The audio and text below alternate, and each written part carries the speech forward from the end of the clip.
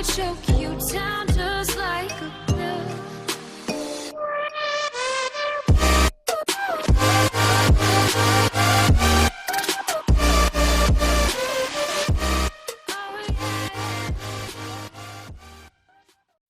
Hey guys and welcome back to Empire. तो अब तक कैप्टन अमेरिका वाली स्टोरी में आपने देखा कैप्टन अमेरिका और कुछ यूएस मिलिट्री सोल्जर्स का एक ग्रुप बड़ी आसानी से नेटो हेडक्वार्टर्स के ऊपर कुटाटी का होने वाला एक अटैक रोक लेते हैं, जिसे कि श्रीकांत लीड कर रहा था।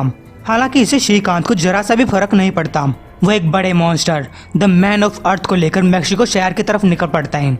मैक्सिको शहर, कुटाटी की सेना ने इस शहर के ऊपर हमला करना चालू कर दिया है। श्रीकांत कह रहे हैं दानव, लाखों सालों से दानव इस प्लेनेट के ऊपर राज करते आ रहे हैं, जबकि मेरे भाई बहन सोते रहे।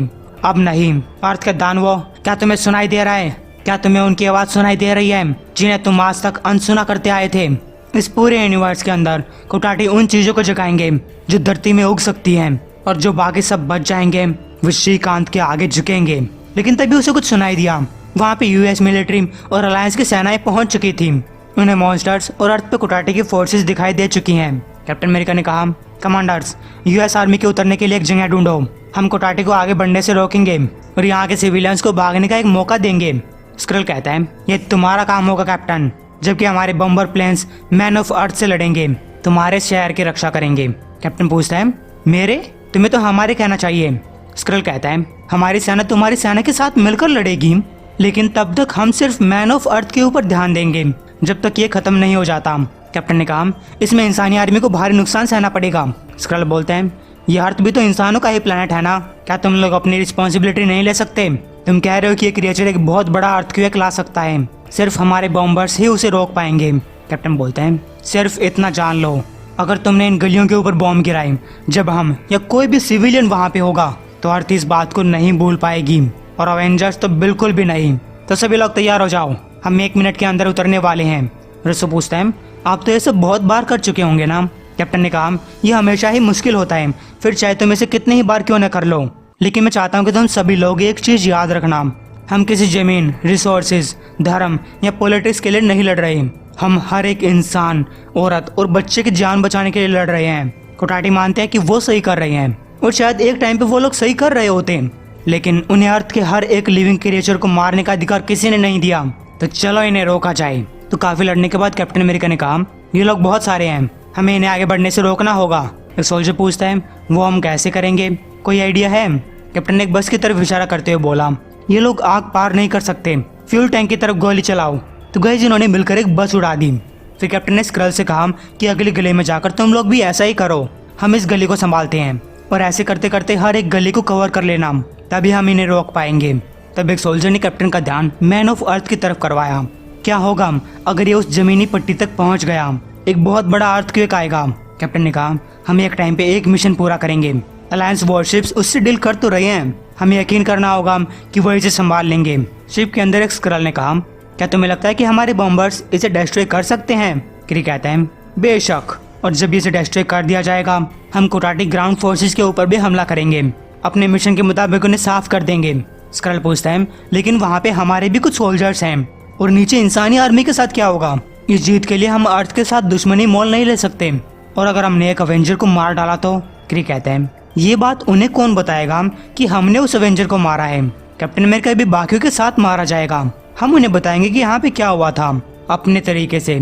ऑल वॉरशिप्स हमला करो। कैजुनो ने देखा इस मॉन्स्टर को दर्द पहुंच रहा है। कमांडर ने मैन ऑफ अर्थ के सिर पे हमला करने के लिए बोला, लेकिन गाइस तभी मैन ऑफ अर्थ ने इनकी कमांड शिप को देख लिया।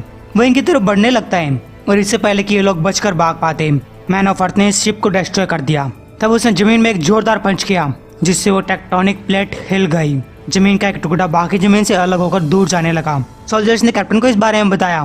कैप्टन कहता है, वॉरशिप्स इसे नहीं रोक पाए, ये बहुत बड़ा है। वो कुटाटी से कहता है, ये तुम्हारे श्रीकांत ने किया है ना, वो यही कहीं है, वही शायद इस मॉन्स्टर को कंट्रोल कर रहा है। कहाँ है वो, कहाँ है? एक कुटाटी कहता है, तुम्हें हमारे टीचर को ढूंढने की जरूरत नहीं है, वही खुद तुम्हें ढूंढ लेगा, वो हमारे भाई को तुम्हारे पास लेकर आया है। फिर कैप्टन सोल्जर से बोलते हैं, तुम लोग यहीं पे रह के कुटाटी को रोको, हर एक सिविलियन को भागने का मौका दो, जब ये सब खत्म हो जाएगा तब मैं तुमसे मिलूंगा। रसो ने पूछा, कैप्टन आप करने क्या वाले हैं? कैप्टन एक सर्व बोर्ड पे चढ़ते हुए बोला, कुछ नहीं पता, लेकिन मैं कुछ सोच लूंगा। वो मैन ऑफ अर्थ की तरफ जाने लगता है और इसकी बॉडी के ऊपर वो जोरों से श्रीकांत को ढूंढने लगा। मुझे श्रीकांत दिखाई दे जाता है। माफ करना बिग फैला, मुझे तुमसे कोई पर्सनल दुश्मनी नहीं है। तो इससे पहले कि man of earth captain America को दबोच पाता, वो कूद कर श्रीकांत के पास पहुंच गया। मैं तुम्हें पहचानता हूँ। आर्लिंगटन के अंदर स्पेशलिस्ट बैंड ने तुम्हारी काफी अच्छी से बैंड बजा दी थी। श्रीकांत ने कहा, अच्छा अब कहाँ है तुम्हारा वो नौकर? कैप्टन बोलते हैं, मुझे तुम्हारे बारे में कुछ पता चला है। मुझे लगा नहीं था कि चीजें इतनी सिंपल होंगी। ये क्रिएचर, ये पावर जो तुम्हारे पास है, ये तुम्हारी नहीं है। ये उस चीज के अंदर है जिसे तुम पकड़े हुए हो। इसके बिना तुम भी हम ही लोग जैसे हो। फिर कैप्टन ने उसकी छड़ी तोड़ डाली और इसके साथ ही मैन ऑफ अर्थ के टुकड़े टुकड़े बिखर गए। रही सही कसर अलायंस के बॉम्बर्स ने पूरी कर दी। मैन ऑफ अर्थ बिखर कर उसी खड्डे में गिर चुका था जो उसने बनाया था। एक दिन बाद और काफी कुछ ढूंढने की वजह से सोल्जर्स को कैप्टन अमेरिका मिल जाता है, जो कि इसी मलबे के अंदर दबा हुआ था। कैप्टन ने पूछा, क्या हुआ? क्या ये सब काम कर गया? क्या हम जीत गए? वो सोल्जर बोलती है, हाँ कैप्टन, अब सब कुछ ठीक हो जाएगा। बेनेट कहता है, हॉलिंग कमांडोज। कैप्टन ने पूछा, और इस शहर में क्या हुआ? सोल्जर्स ने बताया कि वो आग काम कर गई। मैन ऑफ अर्थ के हारने के बाद बहुत सारे कुटाटे यहाँ से भाग निकले। मैक्सिको शहर अब सुरक्षित है। कैप्टन इन सब का थैंक्स बोलते हैं। तब एक ऑफिसर कैप्टन के पास आकर बोलते हैं, वो लोग आपको कई घंटों से ढूंढ रहे हैं। कैप्टन ने पूछा, कौन ढूंढ रहे हैं? ऑफिसर ने कहा, नेटो हेडक्वार्टर्स कैप्टन, वकांडा में कुछ बहुत बड़ा हो रहा है। अगले वाली स्टोरी थोड़ी पहले की है। कुटाटे के खतरे से निपटने के लिए अवेंजर्स छोटे छोटे ग्रुप में बट गए। द विजन, डॉक्टर नेमेसिस और ल्यूक केज वो न्यूयॉर्क के सेंट्रल पार्क के अंदर कुछ इन्वेस्टिगेशन कर रहे हैं। मॉकिंगबर्ड, क्विकसिल्वर और वंडरमैन वो मैक्सिको शहर के अंदर क्री और स्क्रल सोल्जर्स के साथ लड़ रहे हैं। और आखिरकार अवेंजर्स की एक तीसरी टीम, जिसके अंदर है black night, Scarlet Witch, doctor वुडू और काजार, ये सब मिलकर सैवेज लैंड पहुंचते हैं, जहां पे उनके ऊपर मैन थिंग और काजार की वाइफ शाना ने हमला किया। ऐसा लग रहा है कि शाना के ऊपर कुटाटे ने कंट्रोल कर लिया है। हैटुट जयराज, जो कि एक टाइम पे वकांडा के सीक्रेट पुलिस हुआ करती, वो कार्टून के साउथ में कुटाटे फोर्सेस के साथ लड़ रही है। द वॉरियर 3 लिटिल एसगार्ड को कुटाटे घुसपैठियों से बचा रहे हैं। वहीं कैप्टन अमेरिका और अमेरिका की मिलिट्री वॉशिंगटन डीसी के अंदर लड़ रही है। और कोई ब्लैक पैंथर को बताती है कारकास, लिप्सन, मैनिलाम और योकोहामा के अंदर भी हमले हो रहे हैं। वकांडन हेलिकॉप्टर तैयार है माइकिंग, हमें कहाँ जाकर मदद करनी चाहिए? ब्लैक पैंथर ने कहा, कोई भी नहीं, अभी के लिए हमें यही मानकर चलना होगा कि हमारे दोस्त खुद ब खुद ये सब हैंडल कर पाएंगे। लेकिन अगर फिर भी वो लोग मदद मांगते हैं, तब हम अवेंजर्स और एजेंट्स ऑफ वकांडा को जरूरत के अनुसार भेजेंगे, वरना हमें वकांडा वापस जाकर अपने डिफेंस मजबूत करने चाहिए। हालांकि अब तक वकांडा के ऊपर कोई लड़ाई नहीं हुई है और मुझे इसमें कोई इत्तेफाक नहीं लग रहा। हमारे दुश्मन काफी सारी दिशाओं से वकांडा के ऊपर हमला कर रहे हैं, हमारे डिफेंसेस को चेक कर रहे हैं, वो हमारा ध्यान भटकाना चाहते हैं। वकांडा की टेक्नोलॉजी और रिसोर्सेज इतने एडवांस हैं कि कुटाटे इन्हें इग्नोर नहीं कर पाएंगे, या फिर वो लोग जानबूझकर ऐसा कर रहे हैं जिससे हमें लगे कि वो लोग वकांडा में इंटरेस्टेड नहीं है। ये सब छोटी मोटी लड़ाइयाँ आगे आने वाली लड़ाई के लिए बस एक तैयारी है। Manhattan central park. Nemesis vision से पूछ रहे हैं, तुम्हें इन सब फंगस के नीचे क्या दिखाई दिया? विजन ने कहा, यहाँ पे जो भी कुछ बढ़ रहा है बहुत तेजी से बढ़ रहा है, मुझे एक धड़कन भी महसूस हुई है। लेकिन तभी विजन की आवाज कट गई। ल्यूक ने उसे फिर से बात करने की कोशिश की, लेकिन वो समझ गया था कि खतरा आने वाला है। तभी इनके नीचे की जमीन हिलती है और तब प्लांटमैन उस तालाब से बाहर निकला। अब प्रकृति चुपचाप बैठी नहीं रहेगी, अब प्लांट्स तुम लोगों को दंड देंगे। नेमेसिस पूछता है, ये क्या चीज है? ल्यूक केज को लगा कि ये कोई बहुत बड़ा कुटाटी होगा, लेकिन तभी विजन बाहर निकलता है। ये सैमुअल स्मिथरन्स है, जिसे प्लांटमैन के नाम से भी जाना जाता है। वो एक टाइम पे एक इंसान हुआ करता। प्लांटमैन बोलता है, तुम लोग बहुत टाइम से अर्थ को नुकसान पहुंचा रहे हो, अब प्लांट्स की मदद से अर्थ से ये इंसानी प्लेग खत्म हो जाएगा।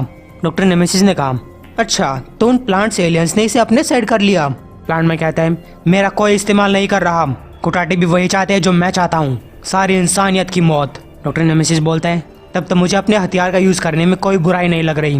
ल्यूक केज बोलता है, मुझे कोई फर्क नहीं पड़ता कि तुम कौन से टाइप के पेड़ हो, तुम्हारी खाल उतार दी जाएगी। लेकिन तभी प्लांटमैन ने ल्यूक केज को पकड़ लिया।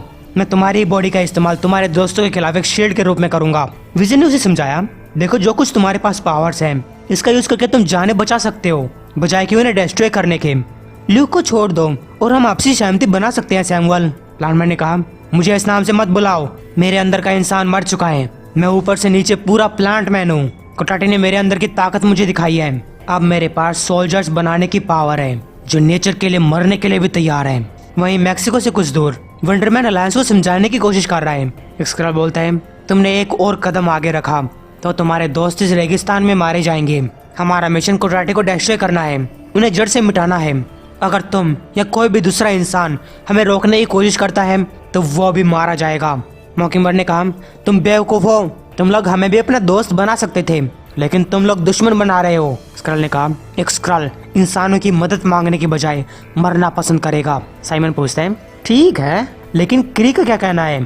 तुम लोगों ने तो तुम्हारे पुराने दुश्मन के खिलाफ जल्दी हाथ मिला लिया। उस स्क्रल ने कहा, यह सिर्फ एक टेम्परेरी अलायंस है, एक बार ये वॉर खत्म हो जाएगी तो स्क्रल एम्पायर फिर से इस गैलेक्सी का सबसे महान एम्पायर होगा। एक क्री कहते हैं, ये तुम क्या बक रहे हो? एम्परर डोरेक हम सब का एम्परर है, अब हम ट्विन एम्पायर्स हैं।